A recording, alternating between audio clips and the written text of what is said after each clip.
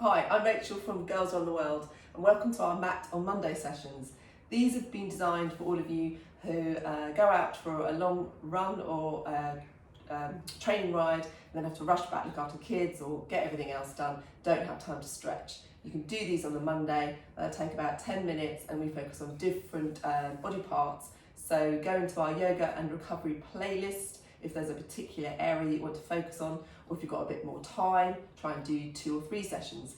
And do subscribe to our YouTube channel for alerts every time we post new content. And if you'd like to follow a 2-week program, we have our Yoga for Rigid Runners 2-week program, 1 session every day, 14 days on our premium channel over at girlsaroundtheworld.co.uk. Anyway, today's session is focusing on the quads, front of the thighs. These are the area for female runners in particular, and obviously any cyclists, which tend to get very tight. As runners, women, we tend to use our quads more than our posterior chain, which is our bum, and our hamstrings, which we should use. So any kind of stretching where you're tight normally means that the opposing or contrasting muscle are ones that need to be strengthened. So we're going to start off. I should point out that these are fantastic for this this workout. These are like little cushions you can get from Decathlon, really cheap. Otherwise, just get yourself a cushion for your knee, or be prepared to roll up your mat to give yourself a bit of padding. So we're going to start off easing into it. You're going to take your cushion, your pad, bring it onto your left knee, come onto your left knee, bring your right foot forward, nice right angle here, and instead of sinking down into a lunge like this, you're actually going to curl your tailbone underneath you. So if you imagine you've got a string between your rib, bottom of your rib and your hip, and you're trying to draw that in closer, so try and engage that. So it's a very Pilates type moving, engaging through the pelvis, and then raise that backhand, and you'll feel that stretch all the way through here. So you can sink forward, but not if you lose that lock and that connection with your pelvic tilt. So just going to take a few breaths here, inhaling and exhaling through your nose.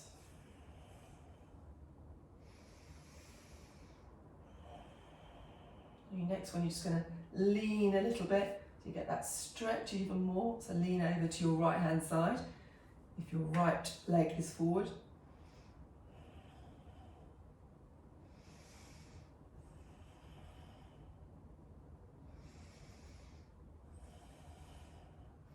Inhale back up to straight, exhale that hand down. And then we're just going to switch side. So right knee on the pad or cushion, bringing your left leg forward.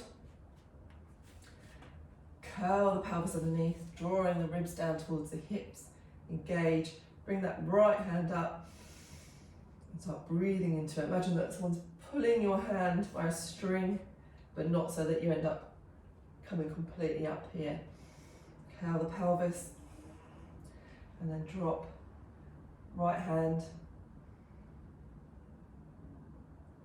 over to the left, to whole body leaning left, but keeping the integrity of this right angle here on the front leg.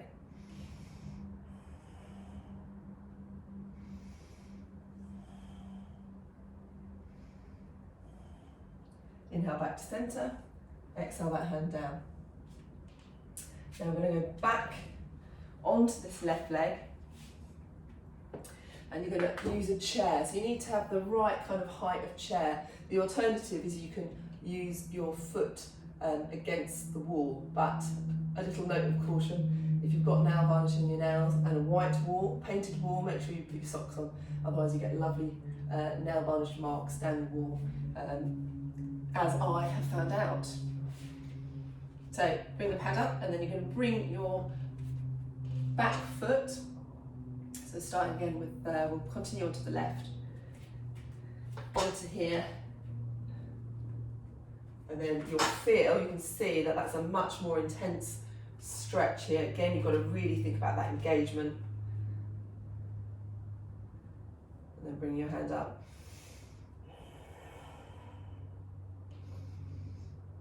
Again, keep curling. You can sink a little bit further forward with this one.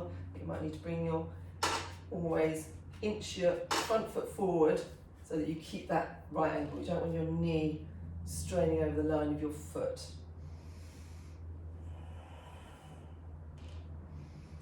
If you find that that's too much for your balance to bring your hand up, just keep it down. Make sure again that you're not doing this because you'll feel the difference. It will just take out the stretch. So your body has to stay upright here for this stretch. Inch a little bit forward as you sink forward. Now, much more intense stretch. You're going to come all the way down into the stretch here. So you've got a nice big stretch through your thigh here. Compression through your right hip joint to help stretch that right hip joint off.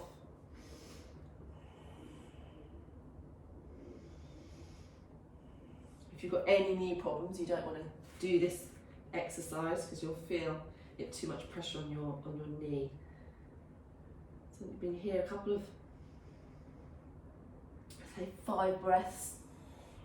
Try not to hunch up through your shoulders, so shoulders back and down, a little bit of a flex, bend in your elbows.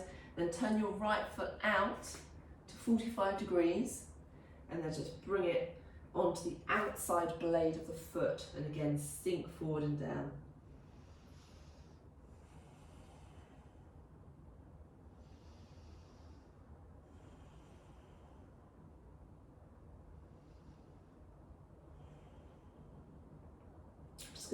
And when you want to come out of that, you bring your right foot up, then turn it in, then walk your hands up, and then come out.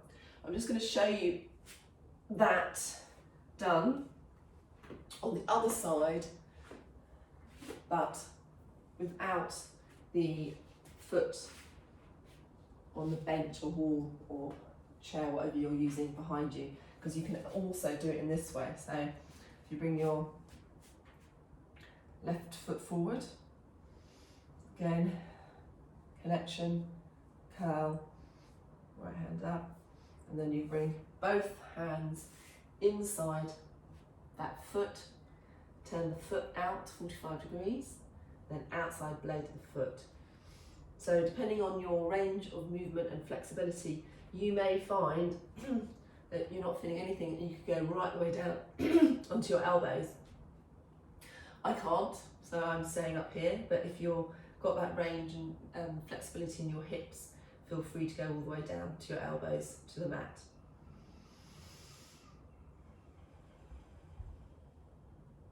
So again, use your breath, inhaling for 3, hold for a beat, exhale for 3. So doing it this way, you can often feel much deeper compression in your hip at the front, but it does take out the quad stretch at the back. So I'm going to come up and out and switch back to using the chair because I'm after that quad stretch. A lot of sessions spent last year on the bike training for an Ironman.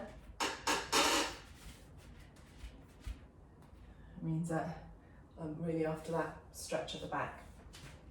And in my experience of coaching women, you all probably need this quad stretch, and you'll probably avoid it or want to avoid it because it hurts more. Anything where you can feel the discomfort is the part of the body that you need to focus on the most. So, move my leg forward a little bit again. Sinking down, turn the blade of the foot, and then coming down. And if you just, one little last tip, so if you push either the shin if you're against the wall or the foot if you're on the bench, if you push into the bench or the chair, you'll really feel that quad a little bit more, or you can just relax into it.